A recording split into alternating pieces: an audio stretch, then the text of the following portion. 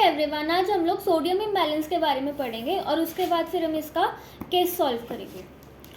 Sodium extra cellular fluids का major cation होगा हमारी बॉडी में और इसकी नॉर्मल वैल्यू 135 मिली इक्विवेलेंट पर लीटर से 145 तक होगी। तो ये इसकी है normal value.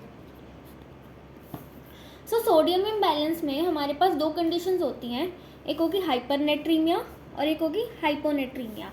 Hyper means increase, hypo is decrease.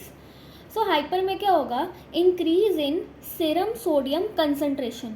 और इसके कॉजेज क्या क्या हो सकते हैं? First is water depletion. Water depletion किस केस में हो सकता है? या तो वाटर का इनटेक कम है या फिर उसका लॉस ज़्यादा है। और कौन सी कंडीशन हो सकती है ये? Diabetes insipidus.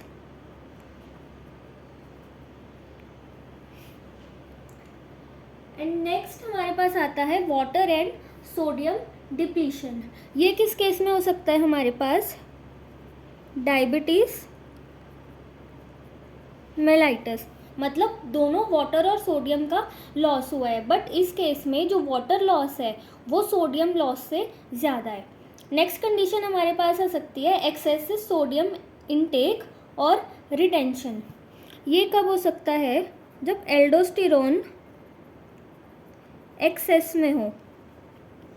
अब हाइपरनेट्रीमिया है, मतलब सोडियम तो ज़्यादा होगा और सोडियम ज़्यादा तो वाटर यहाँ पे कम होगा। तो 3 कॉजेज हो सकते हैं, water depletion, water and sodium depletion या एक्सेसिव सोडियम इनटेक और retention.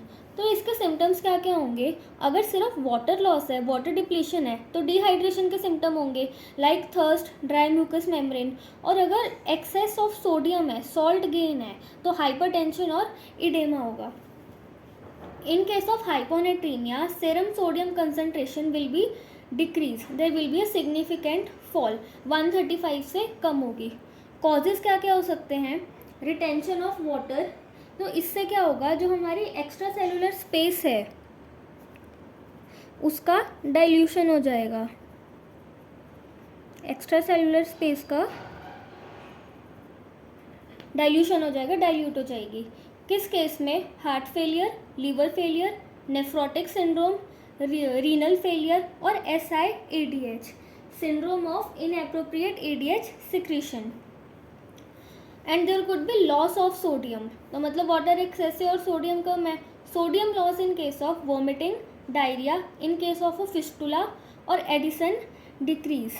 Edison disease means aldosterone यहाँ पे लेस होगा, डिक्रीज होगा। And symptoms can be like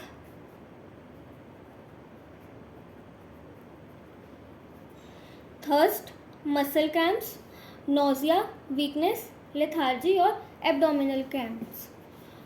अगर हम इसका केस देखें, 50-year-old woman was presented in OPD with complaints of vomiting, fever, muscle cramps and weight loss. No edema was found on physical examination. मतलब हाइपरनेट्रीमिया rule out हो चुका है, इडेमा का कोई साइन नहीं वो शो कर रही। Biochemical finding shows sodium which is 110 decrease है, potassium is 4, chloride is 90, urine osmolality is decrease and serum osmolality is also decrease. Most probable diagnosis is hyponatremia. Write the importance of sodium in body and differentiate between hyponatremia and hypernatremia जो हमने अभी देखा।